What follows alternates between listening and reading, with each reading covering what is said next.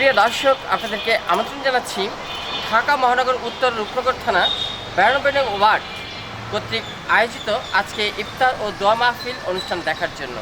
আজকের এই অনুষ্ঠানে অর্গানাইজেশনে আছেন যিনি 92 নং ওয়ার্ড বিএনপি সভাপতি নবী হোসেন আছেন আমার সাথে, এবং সাথে আছেন আরও নেতৃবৃন্দ। আমি প্রিয় দর্শক, আজকে আমরা এই ইফতার মাহফিল সম্পর্কে জানবো।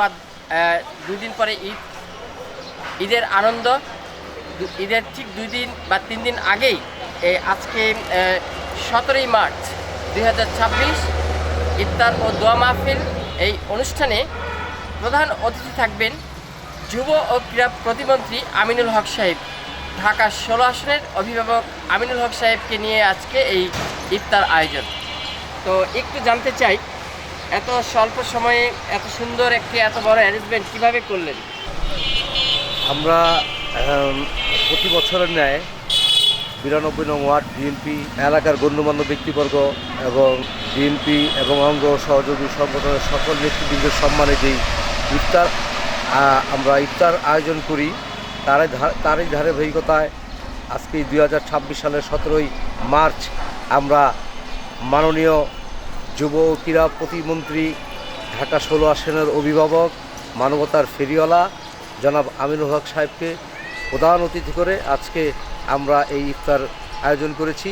প্রতি বছরের ন্যায় নেতাকর্মীরা স্বতঃস্ফূর্তভাবে ইনশাআল্লাহ অংশগ্রহণ করে এই ইফতার এবং দোয়ায় শরিক হবেন এবং সবাই বিএনপি যে একটি বৃহৎ গণতান্ত্রিক দল, এটা দেশের আপামর জনগণ 12ই ফেব্রুয়ারি ভোটের মাধ্যমে বুঝিয়ে দিয়েছেন এবং আমাদের প্রধানমন্ত্রী দেশনায়ক তারেক রহমানের নেতৃত্বে সরকার গঠন করেছি আমরা। এই জন্য আল্লাহর দরবারে কোটি কোটি শুকরিয়া। একটু জানতে চাই ভাই, যে এই যে আমিনুল হক সাহেব বাংলাদেশের যুব ক্রীড়া বিষয়ক মন্ত্রী হয়েছেন, আপনার 16 আসনের অভিভাবক, একটু অনুভূতি জানতে চাই, কেমন আনন্দে আছেন? আসলে আমরা চেয়েছিলাম ঢাকা 16 আসনে তিনি সর্বপ্রথম যেটা চেয়েছিলাম ঢাকা 16 আসনে তিনি এমপি নির্বাচিত হোক, কিন্তু আমাদের দুর্ভাগ্য আমরা জামাতের ইলেকশন ইঞ্জিনিয়ারিং এর কারণে আমাদের এই 16 আসন থেকে আমরা এমপি নির্বাচিত হতে পারিনি। তবে আমরা এর বিরুদ্ধে রিট করেছি। ইনশাআল্লাহ আশা করি কোর্ট থেকে একটি সুন্দর ফয়সালার মাধ্যমে আমরা মাননীয় যুব ক্রীড়া প্রতিমন্ত্রীকে এমপি হিসেবে আমরা দেখতে পাবো। জামাত এই ঢাকা 16 আসন তথা 14, 15 যে এই 3টি আসনে তারা ব্যাপক ইলেকশন ইঞ্জিনিয়ারিং করেছে, পাশাপাশি তারা এর মাধ্যমে এই কাজে সম্পৃক্ত করেছে প্রশাসন এবং সেনাবাহিনীর মতো একটি সুশৃঙ্খল বাহিনীকেও তারা এই ঘৃণ্য অপচেষ্টার মাধ্যমে জড়িত করার চেষ্টা করেছে। আমরা আশা করি এই ব্যালট কোর্ট ইতিমধ্যে আপনারা জেনেছেন, কোর্ট রায় দিয়েছে সমস্ত ব্যালট পেপার জব্দ করার জন্য এবং পুনর্গণনার জন্য। খুব শীঘ্রই ভোট পুনর্গণনা হবে। ভোট পুনর্গণনার মাধ্যমে আমরা আমাদের ছিনতাই হয়ে যাওয়া, চুরি হয়ে যাওয়া যেই এমপিত্ব, সেটাকে আমরা ফিরিয়ে আনতে পারবো বলে আমরা আশাবাদী এবং আমরা জোর দিয়ে বলছি আমরা সেটা পারবো ইনশাআল্লাহ। আমরা আইনের শাসনে বিশ্বাস করি, ন্যায়ের পথে দল যেভাবে রাষ্ট্র পরিচালনার দিকে এগিয়ে যাচ্ছে, আমরা এর মাধ্যমে জনগণের ব্যাপক সাড়া পাচ্ছি এবং আগামীতেও এই রাষ্ট্র গঠনে আমাদের নেতাকর্মীরা সক্রিয়ভাবে ভূমিকা পালন করবে বলে আমি আশাবাদী। ধন্যবাদ। একটু জানতে চাই যে ঈদের পর থেকে তো আমরা দেখছি যে মাননীয় প্রতিমন্ত্রী যে আমিনুল হক সাহেবের পক্ষ থেকে ব্যাপক উন্নয়নমূলক কর্মসূচি, তো এই যে আসছে নির্বাচন, আবার সিটি নির্বাচন, কি ভূমিকা রাখছেন এই 6 নং ওয়ার্ডে? ইনশাআল্লাহ আমাদের মাননীয় ক্রীড়া ও যুব ক্রীড়া প্রতিমন্ত্রী ঢাকা 16 আসনকে একটি আধুনিক পল্লবী রূপনগর গড়ার যে প্রস্তুতি গ্রহণ করেছেন, তার ধারাবাহিকতায় তিনি প্রত্যেকটি ওয়ার্ড লেভেলে যুব উন্নয়ন প্রশিক্ষণ কেন্দ্র স্থাপন করবেন এবং প্রত্যেকটি ওয়ার্ড এবং থানা ভিত্তিক বাচ্চাদের মাদক থেকে দূরে রাখার জন্য এই খেলাধুলার মাঠ প্রস্তুত করছেন এবং সর্বোপরি প্রত্যেকটি এলাকার মানুষের যে সকল সমস্যাগুলো ছিল দীর্ঘদিন, এই সমস্যাগুলো দূরীকরণে তিনি নির্বাচনের পরপরই হাত দিয়েছেন। ইনশাআল্লাহ আমরা আগামী 6 মাসের মধ্যে 6 থেকে 1 বছরের 6 মাস কি 1 বছরের মধ্যে এর সকল বাস্তবায়ন করে আমরা জনগণের সেবা, জনগণের দোরগোড়ায় এই সেবাকে পৌঁছে দিতে চাই। আমরা ইনশাআল্লাহ বিশ্বাস করি যে জনগণের যেই চাওয়া, আকাঙ্ক্ষিত যেই চাওয়াগুলো, আমরা সর্বপ্রথম সেই চাওয়াগুলো পূরণ করব এবং তাদের যেই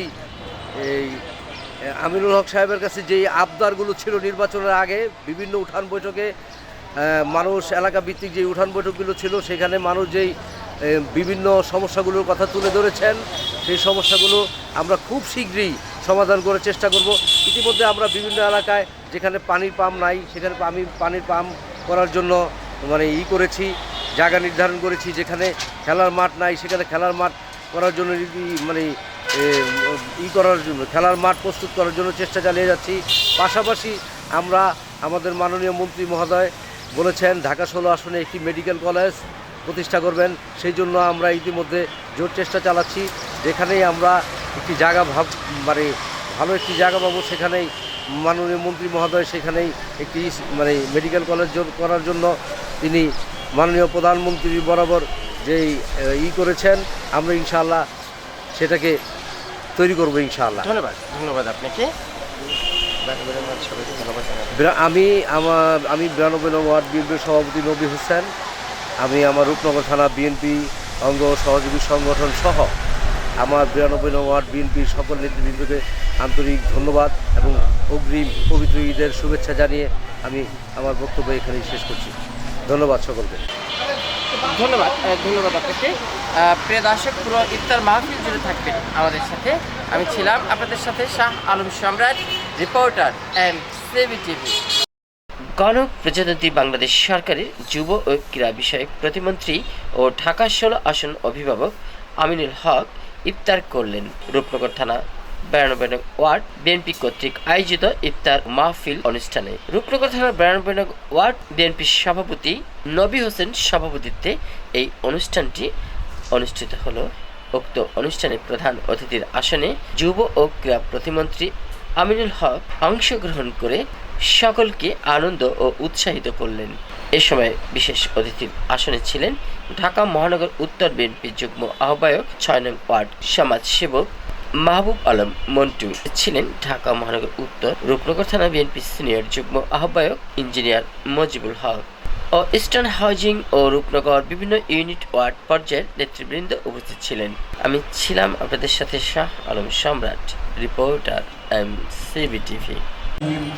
إنك حميد مجيد أستغفر الله ربي من كل ذنب وأتوب إليه لا حول ولا قوة إلا بالله العلي العظيم